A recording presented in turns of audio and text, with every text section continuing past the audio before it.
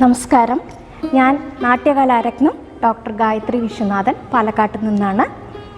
ഞാൻ ഏകദേശം 50 വർഷത്തോളമായി ഈ നൃത്ത വിഭാഗത്തിൽ ചെയ്യുന്നു.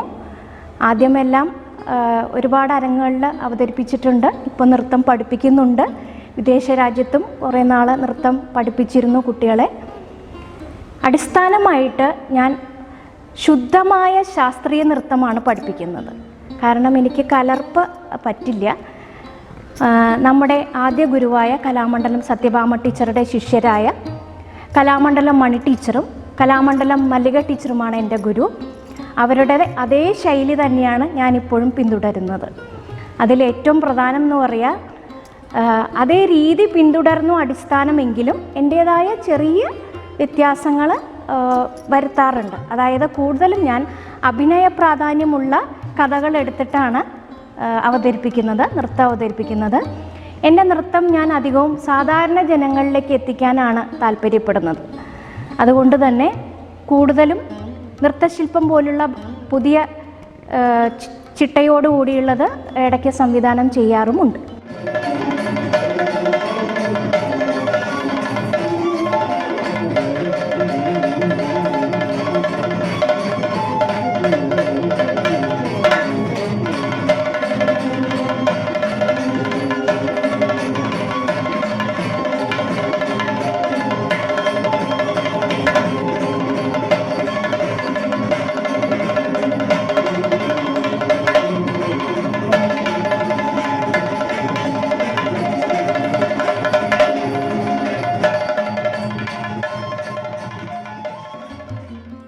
ഏറ്റവും കുട്ടിക്കാലം, അതായത് 3.5 വയസ്സുള്ളപ്പോൾ തുടങ്ങിയതാണ് എൻ്റെ നൃത്ത പരിചയം. കാരണം കുട്ടിക്കാലത്ത് ഞാൻ വെറുതെ നൃത്തം ഇങ്ങനെ സ്റ്റെപ്പുകൾ കളിച്ചുകൊണ്ട് കിടക്കുമ്പോൾ എൻ്റെ മുത്തച്ഛനായ, അതായത് പാമ്പുമ്മക്കാട്ട് മനയിലെ കാർന്നവർ ശ്രീ വാസുദേവൻ നമ്പൂതിരിയാണ് എന്നിലെ നൃത്തത്തെ ആദ്യം കണ്ടെത്തുന്നത്.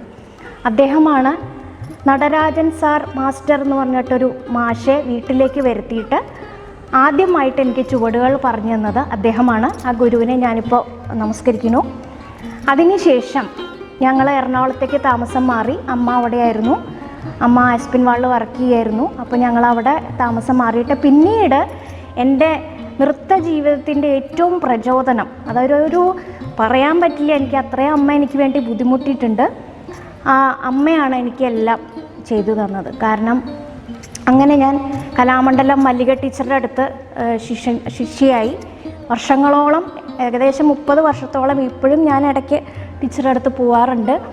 അപ്പോൾ അങ്ങനെ നൃത്തം അഭ്യസിച്ചുകൊണ്ടിരുന്നു. പല പല അരങ്ങുകളിൽ അവതരിപ്പിച്ചു. ഇന്ത്യക്കും പുറത്തും ഒരുപാട് അവതരിപ്പിക്കുകയുണ്ടായി. പിന്നീട് ഞാൻ കുച്ചിപ്പുടി ഗീതാ ലക്ഷ്മൺ എന്ന് പറഞ്ഞ ടീച്ചറുടെ അടുത്ത് ഒരു 8 വർഷത്തോളം പഠിച്ചു. അങ്ങനെ കുച്ചിപ്പുടിയും പഠിച്ചെങ്കിലും എനിക്ക് കൂടുതലിഷ്ടം മോഹിനിയാട്ടം കളിക്കാനാണ്. കുട്ടിക്കാലത്ത് തൊട്ട് തന്നെ അങ്ങനെയാണ്. അതിനുശേഷം പിന്നീട് കഥകളി പഠിച്ചു. അതായത് ഈ ഡാൻസിൻ്റെ ഒപ്പം ഇതെല്ലാം പോയിക്കൊണ്ടിരുന്നു. അങ്ങനെ കലാമണ്ഡലം ഈ വാസുദേവൻ മാഷും ഫാക്ട് ഭാസ്കരൻ മാഷുമാണ് കഥകളിയിലെ എൻ്റെ ഗുരുക്കൾ. ഏകദേശം 10 വർഷത്തോളം ഞാൻ കഥകളി പഠിച്ചു. പ്രശസ്തരായ കരുണാകരനാശാൻ പോലുള്ള വലിയ വലിയ പ്രഗത്ഭരുടെ കൂടെ വേദി പങ്കിടാനുള്ളൊരു ഭാഗ്യം അന്നത്തെ കാലത്ത് എനിക്ക് ഉണ്ടായിട്ടുണ്ട്. അത് എടുത്തു പറയണം. കാരണം നളചരിതം, 4-ാം ദിവസത്തിലെ ദമയന്തി, പാഞ്ചാലി, ദുര്യോധനവധം, പാഞ്ചാലി, അങ്ങനെ കുറേ കഥകൾ ചെയ്യാൻ പറ്റി അവരുടെയൊക്കെ ഒപ്പം. അതൊരു വലിയ ഭാഗ്യമാണ്. കഥകളിയൊക്കെ കളിച്ചിരുന്നപ്പോഴും എൻ്റെ മനസ്സിൽ എപ്പോഴും മോഹിനിയാട്ടത്തോടൊരു ഭയങ്കര അമിതമായൊരു ആവേശമാണ് എനിക്ക്. അന്നും ഞാൻ കൂടുതൽ അഭിനയ പ്രാധാന്യമുള്ള കഥകൾ എടുത്തിട്ടാണ് ചെയ്തുകൊണ്ടിരുന്നത്. അഭിനയിക്കുക എന്ന് പറഞ്ഞാൽ അതൊരു വലിയ, എനിക്കതെന്തോ ഒരു ഭയങ്കര ഒരു ഇൻസ്പിറേഷനാണ്, ഊർജ്ജസ്വലതയാണ് അത് ചെയ്യുമ്പോൾ. അങ്ങനെ ഓരോ കഥകൾ, ഇപ്പോൾ മാർക്കണ്ഡേയൻ്റെ കഥകളോ അങ്ങനെ കുചേലവൃത്തം അങ്ങനെയുള്ള കഥകളൊക്കെ എടുത്ത് ചെയ്യാറുണ്ട്. അതൊക്കെ നല്ല രീതിയിൽ പ്രേക്ഷകർ സ്വീകരിച്ചു എന്നുള്ളത് എനിക്ക് വളരെ സന്തോഷമുള്ള കാര്യമാണ്. ഇപ്പോഴും അങ്ങനെ പോയിക്കൊണ്ടിരിക്കുന്നു.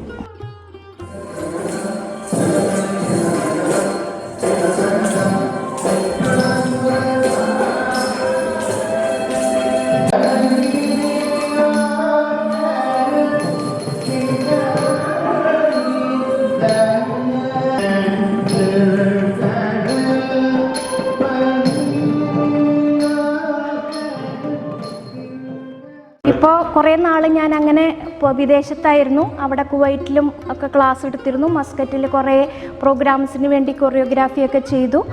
അങ്ങനെ പിന്നീട് ഞാൻ നാട്ടിലേക്ക് തിരിച്ചു വന്നിട്ട് പിന്നെ എനിക്കൊരു പ്രചോദനം, അതായത് എനിക്ക് കുറച്ചൊരു ഇത്തിരി ഒരു ബുദ്ധിമുട്ടുണ്ടായി എന്ന് വെച്ചാൽ കാലം മാറി ഇവിടെ വന്നപ്പോഴേക്കും. അപ്പോൾ എനിക്കുള്ള ഒരു പ്രചോദനമായിട്ട് എന്നെ ഫീൽഡിലേക്ക് കൊണ്ടുവന്നത് എൻ്റെ ബഹുമാന്യയായ മൺ ടീച്ചറാണ്. ടീച്ചറുടെ കാര്യം, ടീച്ചറെന്ന് പറഞ്ഞാൽ എനിക്ക് അമ്മയെപ്പോലെയാണ്.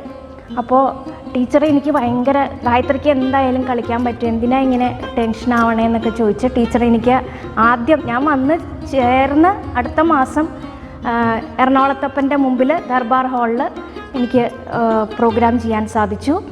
അത് മോഹിനിയാട്ടം തന്നെ ചെയ്തു. വളരെ സന്തോഷം തോന്നി. കാരണം നമ്മൾ പുറം രാജ്യത്തുനിന്ന് വന്നിട്ട് നാട്ടിലൊരു പരിപാടി ചെയ്യുക എന്ന് പറഞ്ഞാൽ അതും പ്രേക്ഷകർ രണ്ട് കൈയും നീട്ടി സ്വീകരിച്ചു എന്നുള്ളത് വളരെ സന്തോഷമുള്ള കാര്യമാണ്. പിന്നെ എൻ്റെ എല്ലാ കലാ ജീവിതത്തിലും എനിക്ക് ഏറ്റവും സപ്പോർട്ടായിട്ട് നിൽക്കുന്നത് എൻ്റെ ഭർത്താവായ വിശ്വനാഥൻ തന്നെയാണ്. എല്ലാ പരിപാടിക്കും അദ്ദേഹം കൂടെ ഉണ്ടാവും, എല്ലാ കാര്യങ്ങളും വേണ്ട വിധത്തിൽ കൊണ്ടുപോകും. എനിക്കുള്ള എല്ലാ പ്രചോദനവും ഇപ്പോൾ നൽകിക്കൊണ്ടിരിക്കുന്ന അദ്ദേഹവും എൻ്റെ ബഹുമാന്യയായ ടീച്ചർ മൺ ടീച്ചറുമാണ്.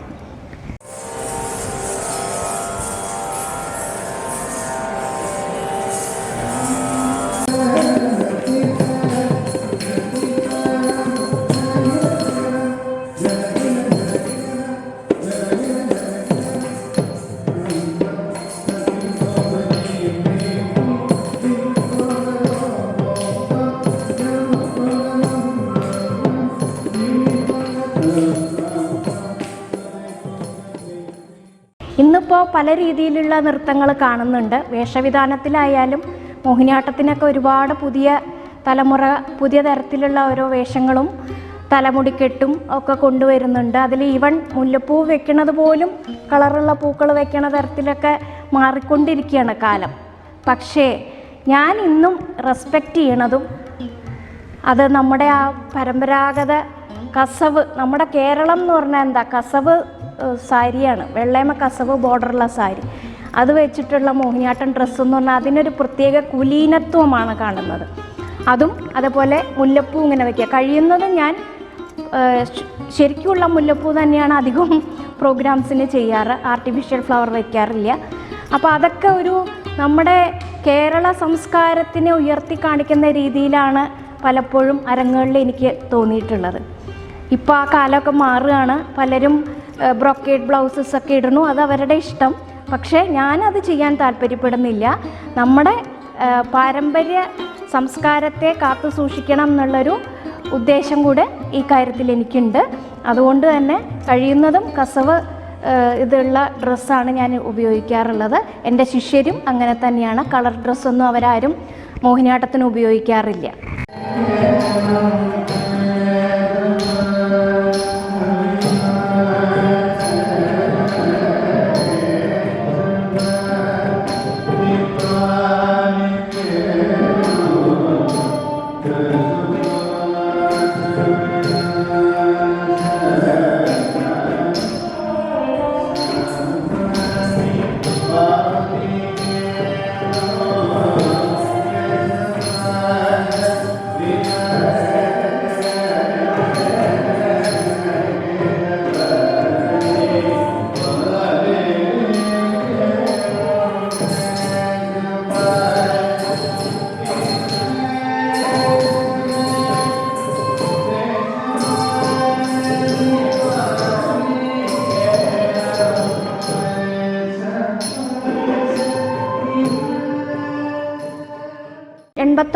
കാലഘട്ടങ്ങളിൽ എറണാകുളത്തെ എടപ്പള്ളിയിൽ നൃത്തശ്രീ എന്ന് പറഞ്ഞ ഡാൻസ് സ്കൂൾ തുടങ്ങി. അവിടെ നിന്ന് ധാരാളം കുട്ടികളുണ്ടായിരുന്നു.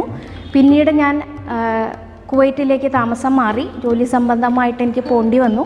അവിടെയും നൃത്തശ്രീ എന്ന പേരിൽ കുട്ടികൾക്കും സ്ത്രീകൾക്കും ക്ലാസ് എടുത്തിരുന്നു. അവിടെ ധാരാളം സ്ത്രീകൾ മോഹിനിയാട്ടം പഠിക്കാൻ വന്നിരുന്നു. അതെടുത്ത് പറയേണ്ട കാര്യമാണ്. നമ്മുടെ നാട്ടിലത്തേക്കാളും കൂടുതൽ ആൾക്കാർക്ക് നമ്മുടെ കലയോടൊരു അറ്റാച്ച്മെൻറ്റ് എന്ന് വേണമെങ്കിൽ പറയാം. അത് അവിടെ ഞാൻ നല്ലോണം കണ്ടിട്ടുണ്ട്. പലർക്കും വളരെ സന്തോഷമാണ് നമ്മുടെ കേരളീയ കല പഠിക്കുക എന്ന് പറഞ്ഞാൽ. ഈവൻ പുറത്തുനിന്നുള്ള എന്താ പറയുക, ഗുജറാത്തികൾ വന്നിട്ടുണ്ടായിരുന്നു, സിന്ധി സ്ത്രീകൾ വന്നിട്ടുണ്ട്. അങ്ങനെ കുറേ വേറെ നമ്മുടെ കേരള അല്ലാത്ത പുറത്തുനിന്നുള്ള ധാരാളം സ്ത്രീകൾ എൻ്റെ ക്ലാസ്സിൽ വന്ന് പഠിച്ചിട്ടുണ്ട്. അതുപോലെ 2-3 ഫോറിൻ സ്ത്രീകൾ വന്നിട്ടുണ്ടായിരുന്നു. അതായത് വിദേശ വനിതകൾ. അവർ മോഹിനിയാട്ടം പഠിക്കാൻ വേണ്ടിയിട്ട് ഉണ്ടായിരുന്നു. മാർഗരറ്റ് എന്നൊക്കെ പേരായിട്ട് അവർ. അപ്പോൾ അങ്ങനെ വളരെ ഒരു നല്ല രീതിയിലാണ് അവിടെ ക്ലാസ് പോയിക്കൊണ്ടിരുന്നിരുന്നത്. അതിനുശേഷം ആദ്യം ഒരു 10 കുട്ടികളെ വെച്ച് തുടങ്ങിയതായിരുന്നു. എൻ്റെ ഫ്രണ്ട്സിൻ്റെ കുട്ടികൾ ക്ലാസ് പഠിപ്പിക്കുമെന്ന് പറഞ്ഞ് തുടങ്ങിയ ക്ലാസ്സാണ്. പിന്നീട് അത് 3 ബ്രാഞ്ചായി. അങ്ങനെ വളരെ വിപുലമായ രീതിയിൽ എനിക്ക് കുവൈറ്റിൽ അവിടെ ക്ലാസ് എടുത്തു. ധാരാളം പരിപാടികൾ അവതരിപ്പിച്ചു. പ്രശസ്തയായ ശ്രീവിദ്യ, സുകുമാരിയമ്മ, ഇവരൊക്കെ ജയശ്രീ ഇവരെല്ലാവരും വന്നിട്ടുണ്ടായിരുന്നു. അവരെയൊക്കെ കാണാൻ പറ്റി. നമ്മുടെ പരിപാടികളൊക്കെ അവർ കണ്ട്, ഞങ്ങളുടെ കുട്ടികളുടെ പരിപാടി, എൻ്റെ സ്റ്റുഡൻസിൻ്റെ കുട്ടികളുടെ പരിപാടികളൊക്കെ കണ്ടിട്ട് അവർക്ക് വളരെ നല്ലൊരു അഭിപ്രായമാണ് പറഞ്ഞത്.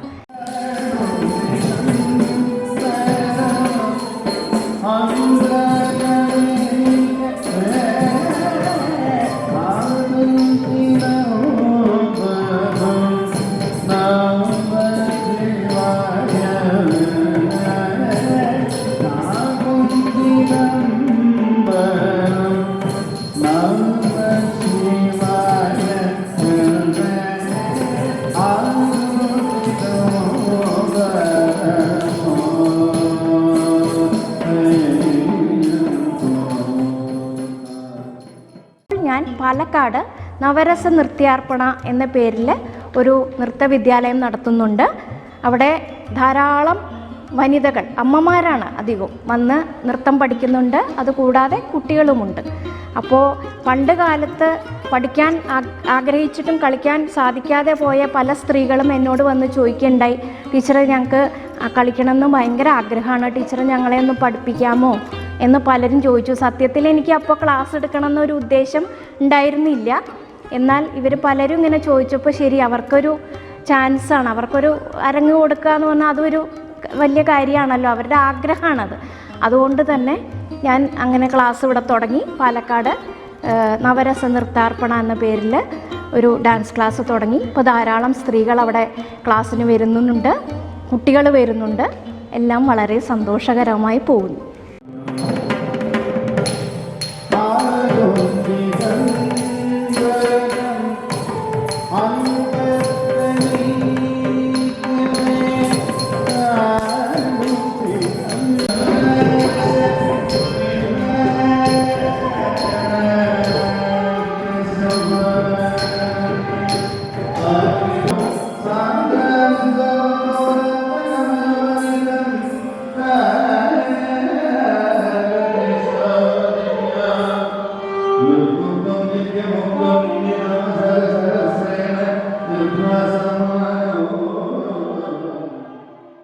എന്നോട് ചോദിക്കുകയുണ്ടായി, എന്തുകൊണ്ടാണ് ടീച്ചർ ലൈവ് ഓർക്കസ്ട്ര വെച്ച് മാത്രം പ്രോഗ്രാം നടത്തുന്നതെന്ന്. അത് മറ്റൊന്നും കൊണ്ടല്ല, ഇപ്പോൾ കാലം മാറി, പലരും CD വെച്ചിട്ടൊക്കെയാണ് കളിക്കുന്നത്. പക്ഷേ എനിക്ക് അതിനോട് വലിയ താല്പര്യമില്ല എന്നുള്ളതാണ് സത്യം. എന്തുകൊണ്ടെന്നാൽ 2 കാരണമാണ് അതിനുള്ളത്. ഒന്നാമത്തെ കാര്യം, നമ്മൾ ലൈവ് ഓർക്കസ്ട്ര ചെയ്യുമ്പോൾ ഉള്ളൊരു പവർ പാക്ക് പെർഫോമൻസ് ഉണ്ടല്ലോ, അത് നമുക്ക് ഒരിക്കലും CD വെച്ച് കിട്ടില്ല. അത് ഉറപ്പായിട്ടുള്ള കാര്യമാണ്. അത് കളിക്കുന്നവർക്കും സംതൃപ്തി ഉണ്ടാവില്ല, കാണുന്നവർക്കും സംതൃപ്തി ഉണ്ടാവില്ല. താളത്തിൻ്റെ ഒരു പ്രശ്നം പലർക്കും വന്ന് ഞാൻ കണ്ടിട്ടുണ്ട്. അതുകൊണ്ടാണ്. അപ്പോൾ അതുകൊണ്ട് എനിക്ക് അതിനോട് താല്പര്യമില്ല. പിന്നെ മറ്റൊരു പ്രധാന കാര്യം പറയാനുള്ളത്, ഞാൻ അധികവും അഭിനയ സംബന്ധമായ മോഹിനിയാട്ടമാണ്, ഭരതനാട്യമായാലും മോഹിനിയാട്ടമായാലും ചെയ്യാറുള്ളതെന്ന് ഞാൻ പറഞ്ഞല്ലോ. മനോധർമ്മം എന്നൊരു ഭാഗമുണ്ട്. മനോധർമ്മം ചെയ്യുമ്പോൾ നമുക്ക് CD വെച്ച് ചെയ്യുമ്പോൾ നമുക്ക് ഒരിക്കലും എക്സ്ട്രാ ഒന്നും ചെയ്യാൻ സാധിക്കില്ല. ആ സമയം നമ്മൾ ലൈവ് ഓർക്കസ്ട്രയിൽ ചെയ്യുകയാണെങ്കിൽ നമുക്ക് ആ സ്റ്റേജിൽ നമുക്ക് ഇപ്പോൾ ഒരു കഥ എടുക്കുകയാണെങ്കിൽ അതിലെന്തൊക്കെ നമുക്ക് ആ സമയത്ത് അവിടെ ആഡ് ചെയ്യാൻ പറ്റും, മനോധർമ്മം അനുസരിച്ച് പലതും അവിടെ വിസ്തരിച്ച് കാണിക്കാൻ സാധിക്കും. അതുകൊണ്ട് തന്നെ ഞാൻ എപ്പോഴും ലൈവ് ഓർക്കസ്ട്രയാണ് പ്രിഫർ ചെയ്യുന്നത്. ഇപ്പോൾ അതിനൊരു ഉദാഹരണം പറയുകയാണെങ്കിൽ CD വെച്ച് ചെയ്യുമ്പോൾ രാമൻ അമ്പെയ്യണു. അപ്പോൾ ഈ കുട്ടികളുടെ ശ്രദ്ധ മുഴുവനും അതിൽ മൃദംഗത്തിൽ ടം എന്നുള്ള ഒച്ച ഇപ്പോൾ വരും എന്നുള്ള ശ്രദ്ധയിലാണ് നിൽക്കുക. ആ മൃദംഗം വരും ഠേ എന്നുള്ള ഒച്ച എടുക്കുമ്പോഴേ രാമൻ്റെ അമ്പ ചെയ്യാൻ പറ്റുള്ളൂ. പക്ഷേ മോഹിനിയാട്ടത്തിൽ നമ്മൾ ലൈവ് ഓർക്കസ്ട്രയിൽ ചെയ്യുമ്പോൾ അങ്ങനെയല്ല. നമ്മുടെ ആ ഒരു സഞ്ചാരത്തിൽ നമുക്കത് വിസ്തരിച്ച് ചെയ്യാനുള്ളൊരു അവസരം കിട്ടും എന്നുള്ളതാണ്. പിന്നെ നമുക്ക് 10 മിനിറ്റ് ചെയ്യേണ്ട ഒരു കാര്യം വേണമെങ്കിൽ 15 മിനിറ്റ് ആക്കാം, 20 മിനിറ്റ് ആക്കാം. അപ്പോൾ അതൊക്കെ നമുക്ക് വിസ്തരിച്ച് നല്ല ഭംഗിയായിട്ട് അവതരിപ്പിക്കാൻ കഴിയുന്ന ഒരേ ഒരു സാധ്യത ലൈവ് ഓർക്കസ്ട്രയിലാണ്. അതുകൊണ്ട് തന്നെ ഞാൻ ലൈവ് ഓർക്കസ്ട്രയാണ് എപ്പോഴും പ്രിഫർ ചെയ്യുന്നത്.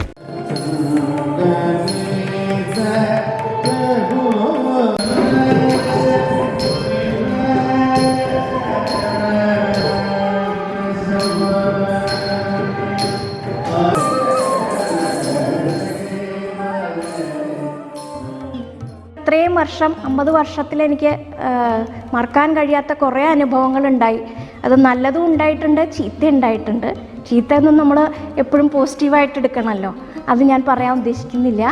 നല്ല കാര്യങ്ങളെന്ന് പറഞ്ഞാൽ ഒരിക്കൽ ഭക്തകുചേലൻ എന്ന് പറഞ്ഞ ചേന്നംകുളങ്ങര, ഇടപ്പള്ളി ചേന്നംകുളങ്ങര ക്ഷേത്രത്തിൽ ഭക്തകുചേലൻ എന്ന് പറഞ്ഞൊരു നൃത്തശില്പം ഞാൻ എഴുതി അത് കളിക്കുകയുണ്ടായി. എൻ്റെ സ്റ്റുഡൻസ് അന്ന് ഇടപ്പള്ളിയിലെ കുട്ടികളെല്ലാവരും കൂടെ കളിക്കുകയുണ്ടായി. അപ്പോൾ അതിൽ കുചേലൻ്റെ വേഷമായിരുന്നു എനിക്ക്. അത് ആ കളി കഴിഞ്ഞ് പുറത്തേക്ക് അങ്ങോട്ട് ഇറങ്ങിയപ്പോൾ വയസ്സായ ഒരു മുത്തശ്ശനും മുത്തശ്ശിയും വന്നിട്ട് ആ മുത്തശ്ശൻ എന്നെ കെട്ടിപ്പിടിച്ചിട്ട് എന്നോട് പറഞ്ഞു, കുചേലനെ നേരെ കണ്ട പോലെയായി കുട്ടി, വളരെ സന്തോഷമായി എനിക്കിത് കണ്ടപ്പോൾ, ഞങ്ങളുടെയൊക്കെ കണ്ണ് നിറഞ്ഞു പോയി എന്ന് പറഞ്ഞു. അതെനിക്ക് സാധാരണ നമുക്ക് എത്ര അവാർഡുകൾ കിട്ടുന്നതിനേക്കാട്ടിലും കൂടുതൽ ഒരു എന്താ പറയുക, ജനങ്ങളുടേതായൊരു ആ ഇമോഷൻ ഉണ്ടല്ലോ, അതെനിക്ക് വളരെ മറക്കാൻ കഴിയാത്തൊരു അനുഭവമായിട്ടാണ് എനിക്ക് തോന്നിയിട്ടുള്ളത്. പിന്നെ അതുപോലെ 1-2 കാര്യങ്ങളുണ്ടായിട്ടുണ്ട്. പിന്നെ ഒരിക്കൽ കഴിഞ്ഞതിൻ്റെ മുമ്പിലത്തെ കൊല്ലം ഇവിടെ മന്തക്കര മഹാഗണപതി ക്ഷേത്രത്തിലെ പൂതനാമോഷം കളിച്ചപ്പോൾ പ്രോഗ്രാം കഴിഞ്ഞ് പുറത്തിറങ്ങി. അപ്പോൾ ആ കൃഷ്ണനെ അവസാനം പൂതന നേരിട്ട് കാണുന്ന ഒരു ഭാഗമുണ്ടല്ലോ, കൃഷ്ണനെ കാണുന്ന ഭാഗം, അങ്ങനെയാണല്ലോ പൂതന കണ്ണടയ്ക്കണത്. ആ ഭാഗം കളിച്ചു കഴിഞ്ഞ് തിരിച്ചു വന്നപ്പോൾ ഒരു ബ്രാഹ്മണ സ്ത്രീ വന്നിട്ട് എന്നോട് പറഞ്ഞു, ഭഗവാൻ കൃഷ്ണനെ ഞങ്ങളും നേരെ കണ്ടല്ലോ എന്നാണ് അവർ പറഞ്ഞത്. അപ്പം നമ്മുടെ ഒരു അഭിനയത്തിലൂടെ കാണികളെ നമുക്ക് അതിലേക്ക് എത്തിക്കാൻ കഴിഞ്ഞല്ലോ എന്നുള്ള വളരെയധികം ഒരു ചാരിതാർത്ഥ്യം അപ്പോൾ എനിക്ക് തോന്നി. ഇതൊക്കെ വളരെ എടുത്തു പറയേണ്ട കാര്യങ്ങളാണ്.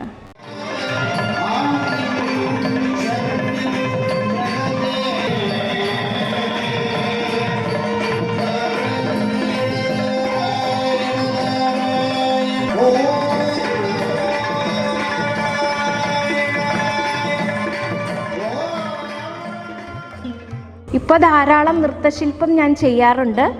അത് നൃത്തശില്പം സത്യത്തിൽ സാധാരണ ജനങ്ങൾക്ക് മനസ്സിലാവണം, അതാണ് ഞാൻ ഉദ്ദേശിക്കുന്നത്. ഇതെന്തുകൊണ്ടാണ് അങ്ങനെ പറയണേന്ന് വെച്ച് കഴിഞ്ഞാൽ, ഞങ്ങൾക്ക് പരിചയമുള്ള ഇരിഞ്ഞാലക്കുടയിലുള്ള ഒരു മാമൻ ഞങ്ങളോട് പറഞ്ഞു, കാരണം അദ്ദേഹം വലിയൊരു കഥകളി ആസ്വാദകനാണ്, കലാസ്വാദകനാണ്, ഒരു കലാകാരനുമാണ്.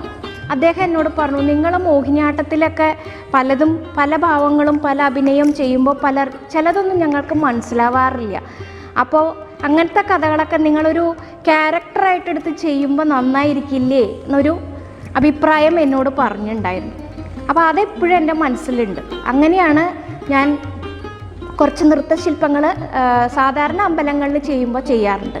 വലിയ സഭകളുടെ പരിപാടിക്കൊക്കെ പ്യുവറായിട്ടുള്ള മോഹിനിയാട്ടം ട്രഡീഷണലായിട്ട് ചെയ്യുമെങ്കിലും സാധാരണ അമ്പലപരിപാടികൾ, ക്ഷേത്ര പരിപാടികൾക്കെല്ലാം കാണാൻ വരുന്ന കാണികൾ അധികവും സാധാരണ ജനങ്ങളാണ്. അപ്പോൾ അവർക്ക് മനസ്സിലാകുന്ന രീതിയിൽ ചെയ്യണം എന്നൊരു ഉദ്ദേശത്തോടു കൂടിയാണ് ഇപ്പോൾ കുറച്ച് നൃത്തശില്പങ്ങൾ അധികം അമ്പലങ്ങളിലും ക്ഷേത്രങ്ങളിലും ചെയ്യുന്നുണ്ട്. അത് കുറേ പേര് എന്നോട് ചോദിച്ചു. അത് വളരെ നല്ല രീതിയിൽ പോകുന്നു എന്ന് പലരും എന്നോട് പറഞ്ഞു. വളരെ സന്തോഷം. ഈ അടുത്ത കാലത്ത് കൽപ്പാത്തി രഥോത്സവത്തിന് ഈ കൊല്ലം മന്തക്കരി ഗണപതി ക്ഷേത്രത്തിൽ നരസിംഹ വൈഭവം എന്ന് പറഞ്ഞൊരു നൃത്തശില്പം ചെയ്യുകയുണ്ടായി. അത് വളരെയധികം എല്ലാവരും വന്ന് പറഞ്ഞു, വളരെയധികം സന്തോഷം തോന്നി. കാരണം എല്ലാവർക്കും ഇഷ്ടമായി, എല്ലാവരും വളരെ നല്ല കണ്ടു, എല്ലാവർക്കും ആ ക്യാരക്ടർ മനസ്സിലായി, അത് സന്തോഷമുള്ള കാര്യമാണ്. ഇതേപോലെ തന്നെ ഞാനൊരിക്കൽ ഇടശ്ശേരിയുടെ കവിത ഭൂതപ്പാട്ട് നൃത്തശില്പം പോലെ ചെയ്തു. അന്ന് ഇതേപോലെ ആ ഭൂതത്തിൻ്റെ ഒരു വേഷം, കുട്ടിയുടെ വേഷം, അമ്മ എന്നുള്ള ക്യാരക്ടർ വെച്ചിട്ട് ചെയ്തപ്പോൾ ഒരു ആളെന്നോട് വന്ന് പറഞ്ഞു, ഈ കവിത ഞങ്ങൾ പല പ്രാവശ്യം വായിച്ചിട്ടുണ്ടെങ്കിലും ഇതിൻ്റെ സത്ത് ഇപ്പം എനിക്ക് ക്ലിയറായിട്ട് മനസ്സിലായി കേട്ടോ, വളരെ നന്നായിട്ടുണ്ട് മാഡം എന്ന് പറഞ്ഞു. അതെനിക്ക് വളരെ സന്തോഷമുള്ള കാര്യമാണ്. കാരണം നമ്മൾ ഉദ്ദേശിക്കുന്ന ഒരു ഫലം ഇതിലെല്ലാം ഉണ്ടാവുന്നുണ്ടല്ലോ, അതാണ് ഏറ്റവും വലിയ സന്തോഷം. അങ്ങനെ ഇപ്പോൾ കുറച്ച് ഗീതോപദേശം ചെയ്തിട്ടുണ്ട്. ഇനിയിപ്പോൾ അടുത്തത് തന്നെ ഒരെണ്ണം വരാൻ പോകുന്നുണ്ട്. താടക എന്ന ദ്രാവിഡ രാജകുമാരിയാണ്. അത് അടുത്ത മാസം 28-ാം തീയതി ഇവിടെ പാലക്കാട് ഉണ്ടാവും. അത് നമ്മുടെ ബഹുമാന്യ ശ്രീ വയലാർ രാമവർമ്മ എഴുതിയ കവിത താടക എന്ന ദ്രാവിഡ രാജകുമാരിയുടെ നൃത്താവിഷ്കാരമാണ്. ഈ കവിത സത്യത്തിൽ ഞാൻ മോഹിനിയാട്ടമായിട്ടാണ് ചിട്ടപ്പെടുത്തിയത്. എന്നാൽ പിന്നീട് ഞാൻ വിചാരിച്ചു ഇത് ഒരു ക്ഷേത്രത്തിലാണ് ചെയ്യുന്നത്, അപ്പോൾ സാധാരണക്കാരായ ആൾക്കാരാണ് കാണാൻ വരിക. അപ്പോൾ അവർക്ക് ഈ മോഹിനിയാട്ടത്തിലാണ് നമ്മളിത് ചെയ്താൽ എത്രമാത്രം അവർക്കത് മനസ്സിലാവും, പല മുദ്രകളും ഒക്കെ അവർക്ക് മനസ്സിലാവണം എന്നില്ലല്ലോ. അങ്ങനെയാണെങ്കിൽ നമുക്ക് എന്തുകൊണ്ടൊരു നൃത്തശില്പം പോലെ ചെയ്തുകൂടാ? ഒരു രാമൻ, അതൊരു വിശ്വാമിത്രൻ, ലക്ഷ്മണൻ, താടക, അങ്ങനെയുള്ളൊരു ക്യാരക്ടറിൽ ഇത് ചെയ്താൽ ആൾക്കാർക്ക് നന്നായിട്ട് മനസ്സിലാവും എന്ന് മനസ്സിലാക്കിക്കൊണ്ട് ഞാനത് നൃത്തശില്പമായിട്ട് എഴുതി. ഞാൻ തന്നെയാണ് എഴുതി അത് ഞാൻ എൻ്റെ സംഗീതം ചെയ്യുന്ന അദ്ദേഹം കുറേ വർഷങ്ങളായിട്ട് എൻ്റെ കൂടെയുള്ള RLV സനാതന ഷെണായി, അദ്ദേഹം കൂടെ അത് സംഗീതം ചിട്ടപ്പെടുത്തി സ്വരങ്ങളെല്ലാം ആഡ് ചെയ്തിട്ട് ഒരു നൃത്തശില്പമായി ചെയ്ത് ഇപ്പോൾ അത് ആ കുട്ടികളെ പഠിപ്പിച്ചു. എല്ലാം അടുത്ത പരിപാടിക്ക് അത് ഉടനെ തന്നെ അരങ്ങിലേ എത്തുന്നതാണ്.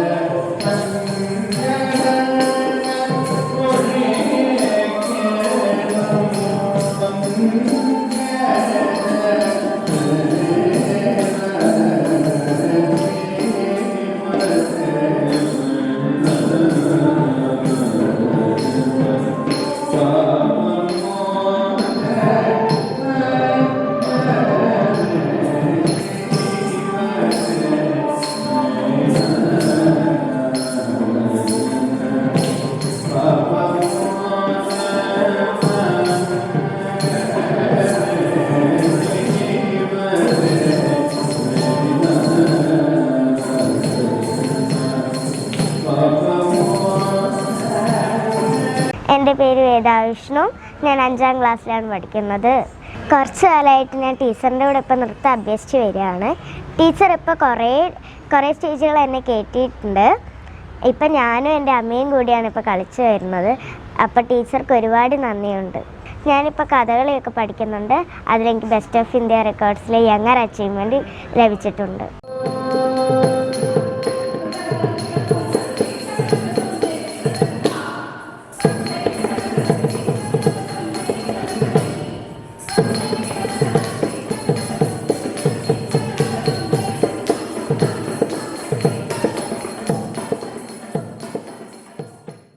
നമസ്കാരം. നവരസ നൃത്താർപ്പണയിലെ വിദ്യാർത്ഥിനികളാണ് ഞങ്ങളെല്ലാവരും.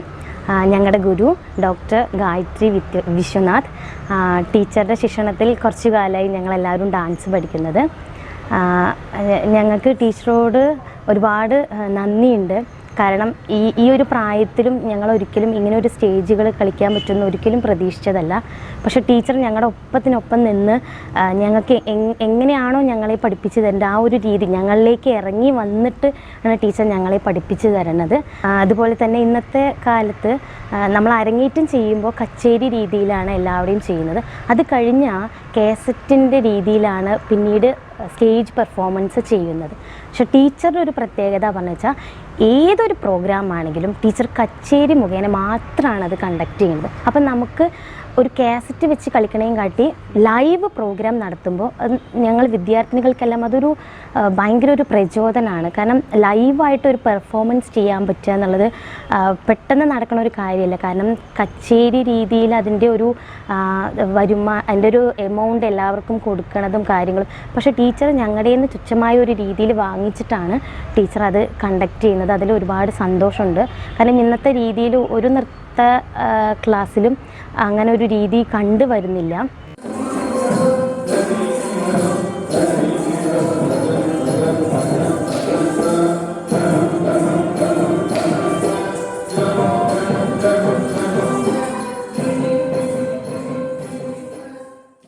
നമസ്കാരം, ഞാൻ ഷിബി ബൗദാസ്, ഭാരത് പെട്രോളിയം കോർപ്പറേഷൻ ലിമിറ്റഡിൻ്റെ ഡിസ്ട്രിബ്യൂട്ടറാണ്. കഴിഞ്ഞ ഏതാനും വർഷങ്ങളായി ഞാൻ ടീച്ചറിൻ്റെ സ്റ്റുഡൻ്റാണ്. ബിസിനസ് ഫീൽഡിലായ കാരണം ഒരുപാട് ടെൻഷനും കാര്യങ്ങളൊക്കെ ഉണ്ടെങ്കിലും ഗായത്രി ടീച്ചറിൻ്റെ ക്ലാസ്സിൽ വരികയാണെങ്കിൽ നമ്മളതെല്ലാം മറന്ന് ഡാൻസ് അറ്റ്മോസ്ഫിയറിൽ തന്നെ അങ്ങനെ മുഴുകി പോണൊരു രീതിയാണ് ടീച്ചറിൻ്റെ ക്ലാസ്സിൽ. ടീച്ചർ വളരെ കുട്ടികളായിട്ടാണെങ്കിലും വളരെ ക്ഷമയോടുകൂടി എല്ലാ സ്റ്റെപ്സും പഠിപ്പിച്ചു തരികയും എല്ലാ സ്റ്റുഡൻസിനെയും ഒരു 5 ആൾ കളിക്കുകയാണെങ്കിലും അതിൽ ഒരാളുടെ ഒരു മുദ്ര തെറ്റാണെങ്കിൽ ടീച്ചർ അത് എണീറ്റ് വന്ന് വളരെ ക്ലിയർ ചെയ്തിട്ടാണ് പിന്നെ നമ്മൾ അടുത്ത ഘട്ടത്തിലേക്ക് പോവുക. പിന്നെ ടീച്ചറിൻ്റെ കൂടെ വന്ന ശേഷം ഞങ്ങൾക്ക് ഒരുപാട് ഞങ്ങളുടെ ഡാൻസിൽ മാറ്റങ്ങൾ വന്നിട്ടുണ്ട്. വളരെ പെർഫെക്ഷനാണ് ടീച്ചറിൻ്റെ രീതി, പഠിപ്പിക്കുന്ന രീതി, അതാണ് അതിൽ പ്രാധാന്യമുള്ളത്. പിന്നെ ഞങ്ങളെല്ലാവരും ഓരോ പ്രൊഫഷണൽസാണ്. ഡോക്ടേഴ്സ് ഉണ്ട്, അതിൽ ഫാർമസിസ്റ്റ് ഉണ്ട്, ബിസിനസ് ചെയ്യുന്നവരുണ്ട്. അവരെല്ലാവരും അതിൻ്റെ ആ തിരക്ക് പിടിച്ച ജീവിതത്തിൽ നിന്നും കുറച്ചൊരു റിലാക്സ് ചെയ്യാൻ വേണ്ടിയിട്ട് ടീച്ചറിൻ്റെ അടുത്ത് ഞങ്ങൾ ചോദിക്കുകയും ടീച്ചർ അതിന് അനുവാദം തരികയും ചെയ്തിട്ടുണ്ട്. നമുക്ക് ശാരീരികപരമായിട്ടാണെങ്കിലും ഇപ്പോൾ ഇന്നത്തെ കാലത്ത് ആരോഗ്യ പ്രശ്നങ്ങൾ ഒരുപാട് കാര്യങ്ങൾ നമ്മൾ കണ്ടുവരുന്നുണ്ട്. പക്ഷെ ഞങ്ങൾ ഈ ഡാൻസ് ക്ലാസ്സിലെത്തിയ ശേഷം ഞങ്ങൾക്ക് എക്സസൈസ് എന്നുള്ള രീതിയിലും വളരെയധികം ഞങ്ങൾക്ക് മേന്മ കിട്ടിയിട്ടുണ്ട്. ടീച്ചറിൻ്റെ ഡാൻസ് ക്ലാസ്സിൽ വന്ന ശേഷം വളരെ ചിട്ടയായിട്ട് അടുക്കും ചിട്ടയോടും കൂടിയുള്ള ഒരു ഡാൻസ് ക്ലാസ്സാണ് ടീച്ചർ ഞങ്ങൾക്ക് പ്രൊവൈഡ് ചെയ്യുന്നത്. പിന്നെ ഒരു പ്രത്യേക കാര്യം എന്ന് വെച്ചാൽ ടീച്ചറിൻ്റെ ആ ഡാൻസ് ക്ലാസ്സിൽ പോണ സമയത്ത് നമുക്ക് ദൈവികമായിട്ടൊരു ഫീലാണ് തോന്നാറ്. അവിടെ ഒരു നടരാജൻ്റെ ഒരു വിഗ്രഹം, ടീച്ചർ അതിൻ്റെ തൊട്ടടുത്ത് തന്നെ ഇരിക്കുക. അപ്പോൾ നമുക്ക് ആ നടരാജനെ കാണുമ്പോഴും ഒരു ദൈവിക ഫീലിംഗ് ആണ്. ടീച്ചറിനും അതെ, ടീച്ചർ പഠിപ്പിക്കുന്ന രീതികളും ടീച്ചർ ഞങ്ങളുടെ അടുത്തുള്ള സമീപനവും എല്ലാം ഞങ്ങൾക്കൊരു അമ്മയുടെ സ്ഥാനത്ത് നിന്നിട്ടാണെങ്കിലും ഒരു ചേച്ചിയുടെ ആണെങ്കിലും ഒരു അധ്യാപികയാണെങ്കിലും എല്ലാ സ്ഥാനത്ത് നിന്നിട്ടും ടീച്ചർ ഞങ്ങളെ വളരെയധികം സപ്പോർട്ട് ചെയ്യുന്നുണ്ട്. ഞങ്ങൾക്ക് അതിനുള്ള മാറ്റങ്ങൾ ഞങ്ങളുടെ ഈ നൃത്യാഭ്യാസന രീതിയിൽ കണ്ടുവരുന്നുണ്ട്.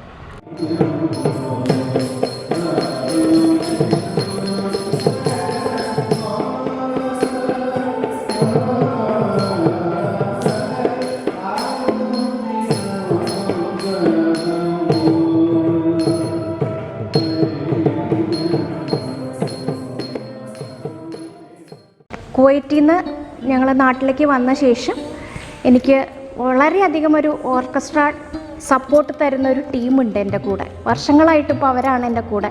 അതിൽ പ്രത്യേകം എടുത്തു പറയേണ്ടത് RLV സനാതന ഷേണായിയാണ്. അദ്ദേഹം വളരെ നല്ലൊരു നമ്മുടെ മനസ്സറിഞ്ഞ് പാടും എന്ന് പറയില്ലേ, അതുപോലത്തെ ഒരു പാട്ടുകാരനാണ്. എൻ്റെ മുദ്ര നോക്കി അദ്ദേഹം പാടാറുണ്ട്. അത് വളരെ ഒരു നല്ല കാര്യമാണ്. അതോടൊപ്പം തന്നെ ബിജീഷ് കൃഷ്ണ എനിക്ക് വേണ്ടി വളരെയധികം സഹായിച്ചിട്ടുണ്ട്. മൃദംഗത്തിൽ സുബിൻ രാജ്, ഒരു എന്നെ ചേച്ചിയെപ്പോലെയാണ് അദ്ദേഹം കാണുന്നത്. അത്ര സ്നേഹമാണ്. എത്രയോ വർഷങ്ങളായി അദ്ദേഹം എൻ്റെ കൂടെ ഉണ്ട്. അപ്പോൾ സുബിൻ രാജ്, അതുപോലെ കിരൺ മൃദംഗം, പിന്നെ അത് കഴിഞ്ഞാൽ വയലിൻ നമ്മുടെ ചെമ്പൈ രാജേന്ദ്രൻ സാറ്, ബിജോയ് എരമല്ലൂർ, അങ്ങനെ വയലിൻ്റെ ആൾക്കാർ സഹായിക്കുന്നു. അതോടൊപ്പം പിന്നെ ഇടയ്ക്ക എന്ന് പറയുമ്പോൾ കലാമണ്ഡലം നിതിൻ കൃഷ്ണ, പിന്നെ പ്രശസ്തനായ ഇടയ്ക്ക വിദ്വാൻ ശ്രീ കൃഷ്ണദാസ് സാർ എത്രയോ വർഷങ്ങളായിട്ട് എനിക്ക് കൊട്ടുന്നതാണ് അദ്ദേഹം. അദ്ദേഹത്തിൻ്റെയൊക്കെ ഒരു അനുഗ്രഹം, ഒരു ഗുരുസ്ഥാനാണ് അദ്ദേഹത്തിന്. അദ്ദേഹത്തിൻ്റെയൊക്കെ അനുഗ്രഹം കൊണ്ടാണ് ഞാനൊക്കെ ഇന്ന് ഈ നിലയിൽ ഇരിക്കുന്നതെന്ന് വേണമെങ്കിൽ പറയാം. അദ്ദേഹത്തിനെയൊന്നും എനിക്ക് ഒരിക്കലും മറക്കാൻ പറ്റില്ല. അപ്പോൾ അദ്ദേഹം എനിക്ക് വളരെയധികം ഒരു സപ്പോർട്ടാണ്, ഓർക്കസ്ട്ര ടീം എന്ന് പറഞ്ഞു. പിന്നെ വരുന്നത് ചെണ്ടയാണ്. ചെണ്ടയും മദ്ദളവും പൊതുവേ പൂതനാമോഷം അല്ലെങ്കിൽ കേരള നടനമൊക്കെ ചെയ്യുമ്പോൾ ധാരാളം ഉപയോഗിക്കാറുണ്ട്. അതിലേറ്റവും കൂടുതൽ കലാമണ്ഡലം അശോകൻ സാറ്, പിന്നെ മദ്ദളം ശ്രീ കലാമണ്ഡലം സുജിത്ത്, ഇവർ എത്രയോ കാലങ്ങളായി നമ്മുടെ കൂടെ ഓരോ പരിപാടിക്കും വരുന്നുണ്ട്. അതുപോലെ തന്നെ സ്ഥിരമായിട്ട് നമുക്ക് എന്നെയും എൻ്റെ കുട്ടികളെയും സുന്ദരികളാക്കുക, അതായത് സ്റ്റേജിലേക്ക് ഒരു എടുപ്പ് വരണമല്ലോ മേക്കപ്പിൽ, അതിൽ ശ്രീ രാംദാസ് ഗുരുവായൂർ കുറേ വർഷങ്ങളായി അദ്ദേഹം എൻ്റെ കൂടെ ഉണ്ട്. അപ്പോൾ അദ്ദേഹത്തിനോട് പ്രത്യേകം നന്ദി പറയാം. കാരണം എൻ്റെ കുട്ടികളൊക്കെ എത്ര സുന്ദരികളാണ്, എല്ലാവരും ഒരേപോലെ ഇരിക്കും, അതാണ് പ്രത്യേകത. അതിൻ്റെ അദ്ദേഹത്തിൻ്റെ ഒരു മഹാകഴിവ് തന്നെയാണ് മേക്കപ്പിൻ്റെ കാര്യത്തിൽ. അപ്പോൾ അദ്ദേഹത്തിനെ പറ്റി പറയുന്നു. പിന്നെ അവസാനം ഓടക്കുഴൽ ഫ്ലൂട്ട് വായിക്കുന്നത് കുറേ വർഷങ്ങളായിട്ട് എൻ്റെ കൂടെയുള്ളത് തൃപ്പൂണിത്തുറ അജിത്ത് വർമ്മ. അദ്ദേഹം ഇപ്പോൾ കുറച്ച് നാളായിട്ട് ഇല്ല, പക്ഷെ കുറേ കൊല്ലങ്ങളായിട്ട് എൻ്റെ കൂടെ ഉണ്ടായിരുന്നു.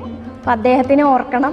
അതേപോലെ തന്നെ ഇപ്പോൾ വിനോദക്കൊപ്പം എൻ്റെ കൂടെ കുറച്ച് പ്രോഗ്രാംസിനൊക്കെ ഉണ്ട്, അവരെയും എനിക്ക് സ്മരിക്കാതിരിക്കാൻ പറ്റില്ല. കാരണം ഈ ഒരു ഓർക്കസ്ട്ര ടീമിൻ്റെ സപ്പോർട്ട് കൊണ്ട് മാത്രമാണ് ഒരു നർത്തകിക്ക് അവരുടെ അരങ്ങിൽ എത്രയും ഗംഭീരമായിട്ട് പെർഫോം ചെയ്യാൻ പറ്റുള്ളൂ എന്നാണ് ഞാൻ വിശ്വസിക്കുന്നത്. നമ്മൾ മാത്രം കളിച്ചിട്ട് കാര്യമില്ല, അവരുടെയും കൂടെ ഒരു പിന്നണി സപ്പോർട്ട് നല്ലോണം വേണം. അത് ഇവരുടെ ഉണ്ട്, അതെനിക്ക് പ്രത്യേകം അവരോട് എടുത്തു പറയേണ്ട കാര്യം തന്നെയാണ്. പിന്നെ പഴയ കാലത്ത് എന്ന് പറഞ്ഞു കഴിഞ്ഞാൽ, അതായത് 70 കാലഘട്ടത്തിൽ എനിക്ക് 30 വർഷത്തോളം എനിക്ക് വേണ്ടി പാടിയ ഒരു മഹാനായ കലാകാരനാണ് അദ്ദേഹം.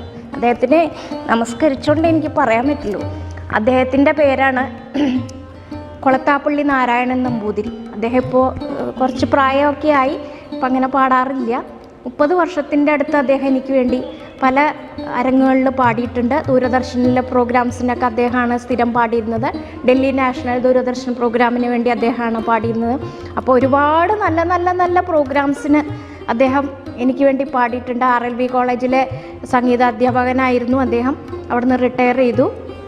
അദ്ദേഹത്തിനെ ഈ അവസരത്തിൽ ഞാൻ സ്മരിക്കുന്നു. അതോടൊപ്പം തന്നെ കലാമണ്ഡലം കൃഷ്ണൻകുട്ടി മാഷ് മൃദംഗം, അദ്ദേഹം അതെ.